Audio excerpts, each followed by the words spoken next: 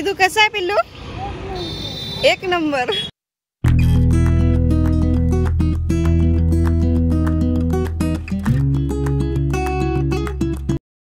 मंदिराच्या बाहेर येऊन शांतता भेटली आम्हाला आहे ना रे मितू? स्मितू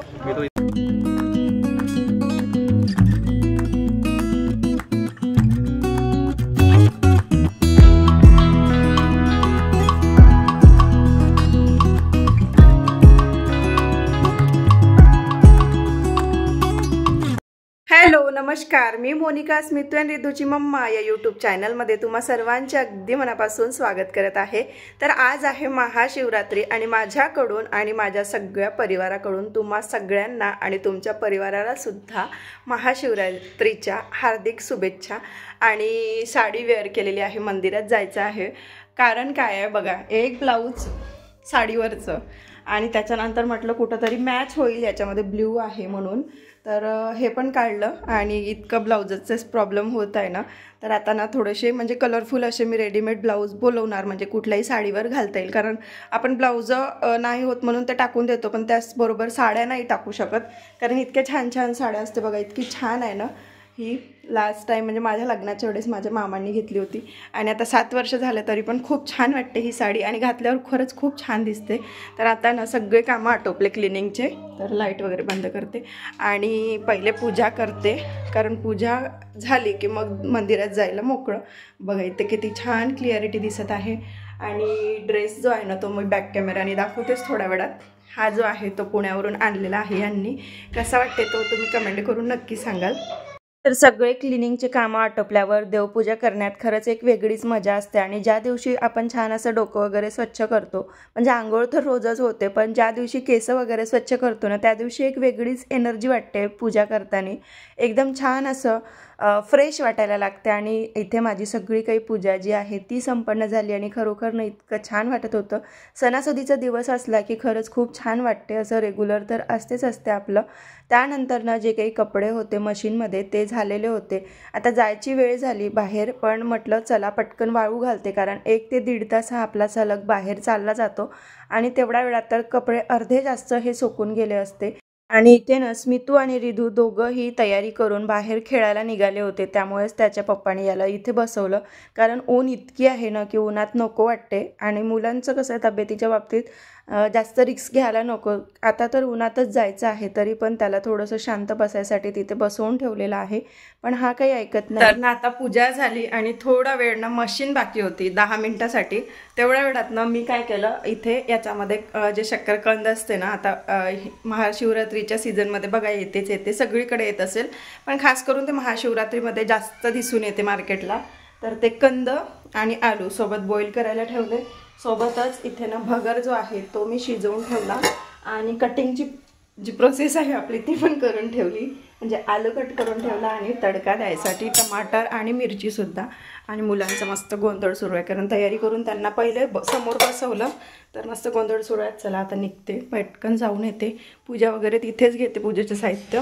आणि पूजा झाल्यावर खरंच एक प्रसन्न वाटत आहे. तर चला पटकन जाते आणि पटकन येऊन जाते, कारण तिथे जास्त वेळ नको व्हायला. तसेही आता वाजलेले आहे 11:30 पावणे 12. चला तर आता आम्ही निघत आहोत. कुठं? मंदिरमध्ये. कोणत्या? सेमाना महादेव मंदिर. महादेव मंदिरामध्ये. आज महाशिवरात्रीचं थोडंसं मंदिर कसं तेच जवळ आहे. मार्केटमध्ये कुठे आहे ते नाही माहीत, पण तेच फेमस आहे गडचिरोलीमध्ये सेमाना मंदिर. ते छान मस्त असं दर्शन घेतलं आणि थोडा वेळ म्हटलं 5 मिनटं तरी आपण इथे बसू आणि नंतर परत निघू. कारण घरी जाऊन फराळाचं वगैरे बनवायचं होतं. तसं तर इथे सगळं काही होतं, पण घरी आपलं सगळं बनवून ठेवल्यावर इथे तेवढं काही घेण्यामध्ये काही वाटत नव्हतं. छान 5 ते 10 मिनटं बसलो आणि लगेच मग आम्ही निघालो घरी जाण्यासाठी. कारण ऊन ना खूप अशी जास्त चिडचिडी होत होती. जसं जसा दिवस मोठा होते ना तशी ऊन सुद्धा खूप होती. मंदिराच्या बाहेर येऊन शांतता भेटली आम्हाला आहे ना रे मितू? स्मितू त्याचं लक्षच नाही राहत अजिबात. इकडे बघ ना. हाय बाय काहीतरी कर. मंदिराच्या बाहेर आल्यावर ना थोडंसं ऊसाचा रस जो आहे तो घेतला. कारण गरमी इतकी वाटत होती ना की थोडंसं थंड काहीतरी घ्यायचं असंच वाटत होतं तिथे. आणि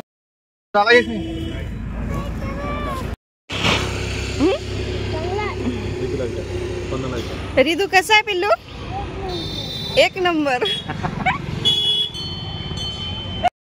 चला तर आता आम्ही आलेलो आहो घरी आणि खूप छान झालं की साडी नाही घातली, कारण तिथे इतकी गर्दी होती ना. हर वर्षीच राहते पण आमचं कसं थोडं लवकर वगैरे जाणं व्हायचं. यावर्षी जरा जास्तच उशीर झाला कारण ड्युटी होती. येताना फ्रूट्स घेऊन आलेली आहे, सिजनेबल आपलं कलिंगड आणि डांगरू, कारण तिथे खायला मिळाले मुलांना. मग त्यांचं ते असंच होतं की पोटभर पाहिजे. तर येता येता मार्केट लाईन होतीच. इकडनं येताना जे आपलं कलेक्टर ऑफिस वगैरे आहे ना, तिकडून येताना ते लागतेच सेमान्यातून जसं आपण निघतो ना तसं.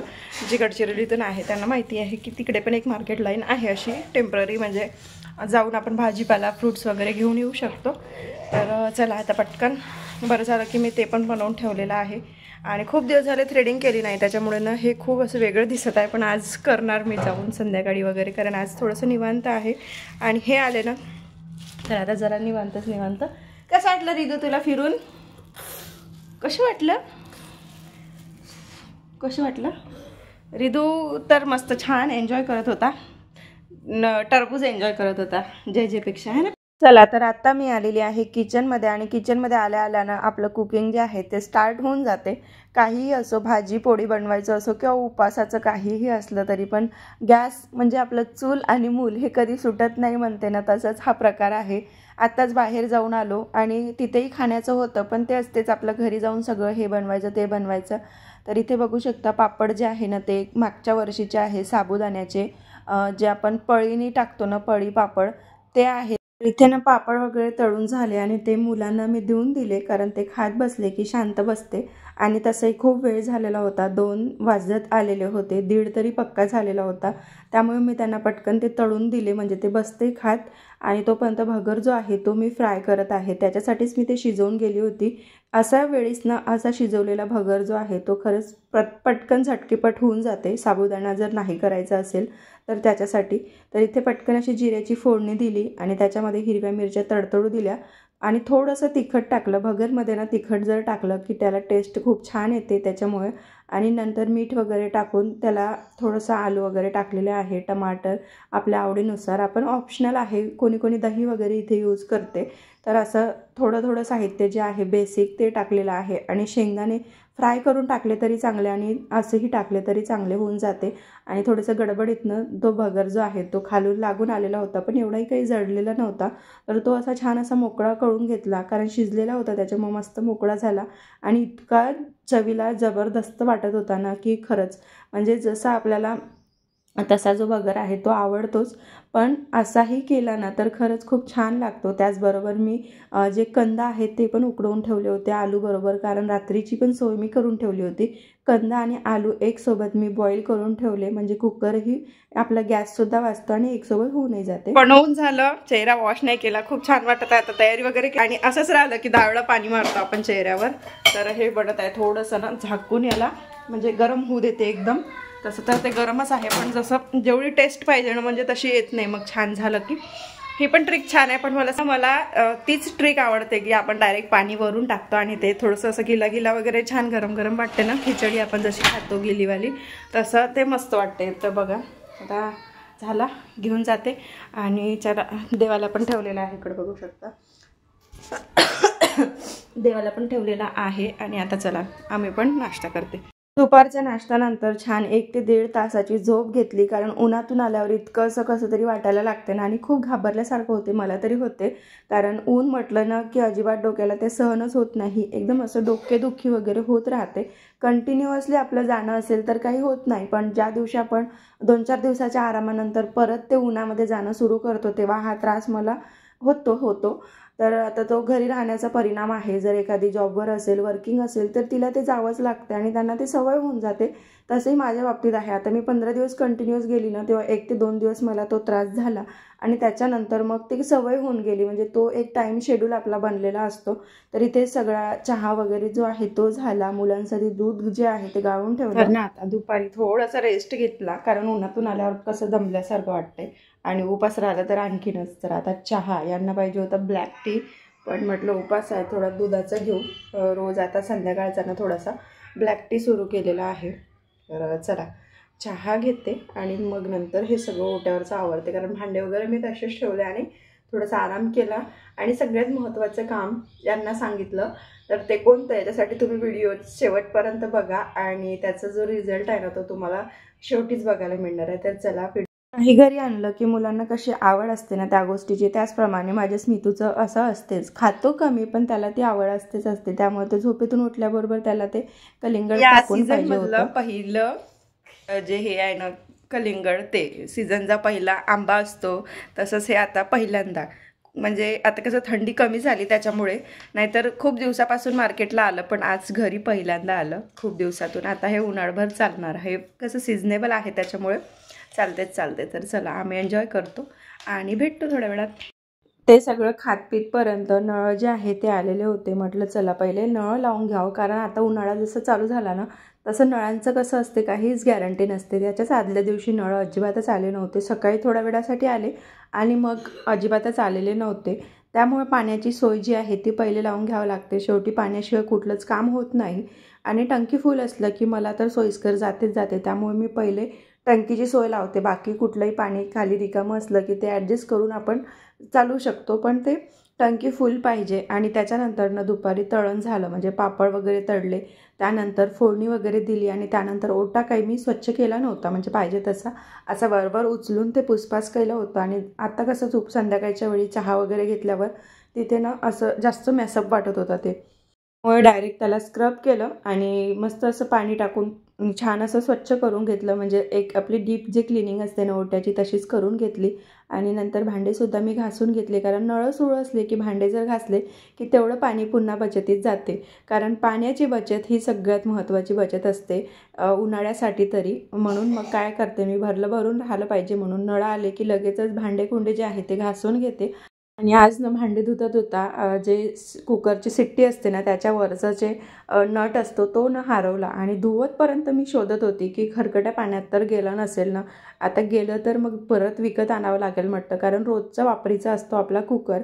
वरण भाताशिवाय काही मुलांचं होत नाही. एक दिवसाआड जरी एक दिवस आपण स्किप करू शकतो, पण दुसऱ्या दिवशी तरी ते पाहिजे वरण भात म्हटलं तर. त्याच्यासाठी मी ते शोधत होते आणि शेवटी तो दिसला म्हटल्यावर मग मला छान वाटलं, म्हणजे असं हरवलं नाही. आणि आताच लगेच परत मार्केटला जा आणि ते घेऊन या. आणि त्यातल्या त्यात आज होता बुधवार म्हटलं की मार्केट लाईन सुरू नसते गडचिरोलीमधली, त्यामुळे खूप मोठी पंचायत होते. तर इथे आता सगळं माझं भांडे वगैरे झालेले होते. मुलांसाठी दूध गाळून ठेवलं आणि त्यांनी मग ते टरबूज खाल्लं, त्याच्यामुळे ते दूध जे आहे ते तसंच राहिलं. त्याच्यानंतर आता मी घेतलेलं आहे याच्या मध्यात थोडंसं प्रोजेक्ट बनवला आणि आता मी बनवायला घेतलेले आहे साबुदाण्याचे वडे. वर्षातून 2 ते 3 वेळा बनतात, कारण उपास आमच्या घरी जास्त नसतो. अशा एकादशी वगैरे आल्या तरच उपास असतो. तर त्याच्यामुळे आणि असं जर मधात बनवून खायचं म्हटलं तर आपण डाळीचे किंवा मग कुठलेही वडे बनवून खातो, पण साबुदाणा वडा हा फक्त उपासासाठी स्पेशल आपण बनवतो. त्या पद्धतीने थापत आहे ना, म्हणजे हातावर घेऊन आणि असं जसं आपण गोवऱ्या वगैरे थापतो त्या पद्धतीने जर केला तर तो वडा असा टम्म फुगतो. आणि जर असा चापट करून त्याला आपण बनवला तर तो अजिबात फुगत नाही आणि तेल पण खूप सारं पितो. तर तुम्ही नक्की ही ट्रिक जी आहे ती ट्राय करा वडा बनवासाठी. खरंच तुमचा 100% वडा जो आहे तो फुलणार आणि तेलकट पण होणार नाही. खास करून तेलकट नको व्हायला. फुगला नाही एकदाचा तरी चालेल, पण तेलकट वडा हा खाल्ला जात नाही. त्यासाठी ही ट्रिक तुम्ही नक्की ट्राय करा. आणि ना ट्रायपॉड थोडं दूर लावलं, कारण की कसं होते ना वड्याची गॅरंटी राहत नाही. थोडंसं चुकून एक जरी थेंब पाण्याचा वगैरे चालला गेला किंवा थोडंसं त्याच्यामध्ये मॉइश्चर राहिलं की लगेच तो असा टमकन तेलामध्ये फुटतो. आणि मोबाईल जर जवळ म्हटला की ते थोडंसं हानिकारक ठरते. त्याच्यामुळे थोडंसं मी ट्रायपॉड जे आहे ते दूर लावलं आणि तुम्हाला दुरूनच शेअर केलं. तरी पण थोडं जवळून घेण्याचा प्रयत्न केलेला आहे मी, पण थोडं दूरच ठेवलेलं होतं. प्रोजेक्ट कोणाचा आहे आणि लिहित कोण आहे? पप्पा. 12 वाजत. ओ पप्पा, 12 वाजत आहे. हे कोणी लिहून दिलं? हे स्पंदनने लिहिलं. स्पंदनने लिहिलं. हा ना स्पंदन? माझं नाव कुठंच नाही चालणार. हे बघा, आता एक मी करून दिलं. हा जो प्रोजेक्ट आहे ना हा मी करून दिला, म्हणजे हे स्मितूने लिहिलं आणि स्पंदनला झुटी म्हणता येऊन हे मी वगैरे सगळं करून दिलं. आणि आता यांचा चाललेला आहे. हे बघा आता मोबाईल शांत बसासाठी मोबाईल दिलेला आहे. चला, टाइम टेकिंग जर काम कोणतं असेल ना तर प्रोजेक्ट वर्क. म्हणजे एक अभ्यासाला जेवढा वेळ नाही लागत ना तेवढा प्रोजेक्टला लागते आणि खूप बारकाईने सगळ्या गोष्टी बघून त्यांच्या लेवलनुसार त्या गोष्टी कराव्या लागते. तर तेच आतापर्यंत आमचं दोघांचं चालू होतं. तर मी 2 प्रोजेक्ट होते एकाच दिवशी. मधातच आला होता तो प्रोजेक्ट, पण मीच म्हटलं थोडं निवांत ज्या दिवशी वेळ राहील त्या दिवशी मी करून देईन. म्हणजे एकदम डिले पण नको व्हायला, कारण मुलांचं पण ते डेट वगैरे असते शेड्यूलनुसार त्यांचं. तर हे बघा इकडे छान असे मस्त फुगले आहेत ना वडे. म्हणजे या ट्रिकनी जर केले ना वडे तुमचे 100% फुगणार. तर इथे बघू शकता किती छान असे टम्म फुगलेले वडे आहेत आणि एकसारखे बिलकुल झालेले आहेत. तर आता यांना देते आणि यांचं असं होतं की खायच्याच आधी रिॲक्शन. कसं वाटत आहे? यमी. कसं आहे पिल्लू? मोस्ट ऑफ व्हिडिओमध्ये मी बघते की खाऊन छान रिॲक्शन देते, पण आमच्या घरी ना खाण्याच्याच आधी ती रिॲक्शन असते. त्यामुळे असं वाटतं की नको ते खोटी खोटी रिॲक्शन, म्हणून मी आपला कॅमेरा घेऊन चालले गेले किचनमध्ये. तर ना आत्ता झालेले आहे सगळे माझे कामं. हे बघा इकडे पूर्ण ओटा जो आहे ना तो छान असा क्लीन करून घेतला आणि हे जे तुम्हाला दिसत आहे ना हे पूर्ण ओला उभ्यानी एक तर हे पूर्ण खिप्पल जे आहे ना ते असे वर आले होते. आणि मी कामं करत असताना आता हे 9 ते 15 दिवस, त्यामुळे रिदू काय करायचा माझ्यासोबत राहायचा. तर खेळत आहे म्हणून मी पण त्याच्यावर लक्ष तेवढी ठेवायची नाही. तर त्यांनी बरोबर एक दिवस शोध लावला. मी बाहेरच असं झाडझूड वगैरे करत होती मागच्या साईडला आणि तो इथे होता. मला वाटलं आहे आता खेळत आहे देवाजवळ वगैरे तो खेळतो. तर पूर्ण त्याने ना हे पूर्ण जे आहे ना हे सगळं असं हे करून ठेवलं. आता बघते त्याला असं एखादी पिंकिश कलरचं क्रेयॉन वगैरे असते ना ते कलर करावं लागेल, त्याच्याशिवाय ते चांगलं दिसत नाही आहे. कारण एवढ्या सगळ्या क्वार्टरची पेंटिंग जर करून घ्यायची म्हटलं ना, कामं तर सुरू आहे म्हणजे ते सरकारकडून येतात ते कामं, पण करून घ्यायची म्हटलं ना तर माझी खूप पंचायत होती. कारण यांच्या अदामधात कधीही ड्युटी लागते ना आणि मग एकटीला मला स्मितूला नेऊन द्या आणि रिदूला पण सांभाळा, खरंच खूप कठीण होते. आणि त्याच 15 दिवसामुळे मी अजून गॅप घेतलेला होता, बाकी कुठलंच रिझन नव्हतं. पण मी नेहमी प्रयत्न करते की नाही माझे ब्लॉग्स जे आहे ते रेग्युलर यायला पाहिजे. आता जे तुम्हाला मी दुपारी म्हटलं होतं की जे काही आहे गुड न्यूज ती काय आहे, तर मी ब्लॉग एडिट कसं करायचं हे यांनासुद्धा शिकवून दिलं. म्हणजे ॲटलिस्ट कसं ड्युटीवर एवढं काही बिझी शेड्यूल नसते, जायचं निवांत राहायचं आणि असते तरी पण थोडा वेळ रिलॅक्स असते 2 तास 3 तास ड्युटी करून, पण एवढंच की थोडं बाहेर वगैरे असते. तर ना यांना थोडं एडिटिंग मी शिकवली की जेणेकरून माझ्या ह्याच्यात शूट केलेलं मी यांना सेंड करणार, ते एडिट करणार, परत मला रिसेंड करणार आणि त्याच्यामध्ये व्हॉइस ओव्हर मी देणार, कारण व्हॉइस ओव्हर तेवढं नाही जमणार. तर असं मी करण्याचा प्रयत्न करत आहे. आता मी हा माझ्याकडून प्रयत्न केला, आता बघू कितपत तो यशस्वीरित्या पार पडते किंवा नाही पडत. तर हाच होता आजचा दिवस. खूप छान गेला. सकाळी उठलो, यांची ड्युटी होती, कळत नकळत यांना रेस्ट मिळाला आणि त्याच्यानंतर मला वाटलंही नव्हतं की आज जायला मिळेल, कारण आपल्या अडचणीचे दिवस होते आणि ते कालपर्यंत निपटून गेले छान. आज सकाळी मस्त डोकं वगैरे स्वच्छ केलं आणि देवपूजा केली. घासायची होती मला खरं तर देव, पण तेवढं काही एकाच दिवशी सगळं होत नाही, आपण कुठं बाहेर वगैरे जायचं म्हटलं तर. तशी ते क्लीनच आहे. आताच मी 15 दिवसाच्या आधी केले होते, त्यामुळे म्हटलं असू दे, छान असं मनातून केलं की सगळंच आपल्याला पावते. तर छान पूजा केली, मस्त मंदिरात जाऊन आलो. साडीचा प्रॉब्लेम झाला होता, तिथेही मी ड्रेस लावून गेली आणि त्याच्यानंतर सगळा दिवस आजचा मी तुमच्याशी शेअर केला. छान गेला आणि जे काही रेसिपी मी बनवली ती पण मस्त अशी फसली नाही. तर वडे वगैरे म्हटलं ना कधी कधी फसून जाते, असे कम्प्लिटली छान होत नाही. तर बघू आता स्मितू आणि रिदू झोपलाय की नाही. तर लवकर झोपला म्हणजे आश्चर्याची गोष्ट आहे आणि स्मितू अजूनही झोपायचं आहे. 11 सव्वा 11 वाजले मला भांडे कुंडे करतपर्यंत. झोप, सकाळी स्कूल आहे, उठत नाही मग. तर चला ताईंनो, गुड नाईट सगळ्यांना. आणि व्लॉग्स मी रेग्युलर करण्याचा प्रयत्न करेल, तुम्ही काही काळजी करू नका. खूप जणीनं असं म्हणत असेल की ताईला आम्ही मेसेज करतो आणि त्याच्यानंतर ही रिप्लायच देत नाही किंवा मग ब्लॉग्स रेग्युलर येत नाही. पण खरं कारण हे आहे की यांची सतत ड्युटी असते नाही का, आणि हे 2 सांभाळणं म्हणजे यांनाही माहीत आहे किती डोकं दुखवते. आत्ताच याला एक बसली, त्याच्यामुळे तो लवकर झोपला. म्हणजे मी भांडे घासतपर्यंत तो झोपला. हेच मला आश्चर्य वाटलं इथं आल्याबरोबर झोपला म्हणून ऐकल्यावर, कारण इतका त्रास देतं ना की खूप अति. आणि कुठं कुठं आपल्याला असं वाटतं की सारखं सारखं काय मारायचं आहे, पण ते मारल्याशिवाय पण सुधरत नाही. असे माझे सुपुत्र आहे, ज्येष्ठ आणि कनिष्ठ दोन्ही. तर चला सगळ्यांना गुड नाईट आणि भेटू अशाच एका छानशा व्लॉग सोबत.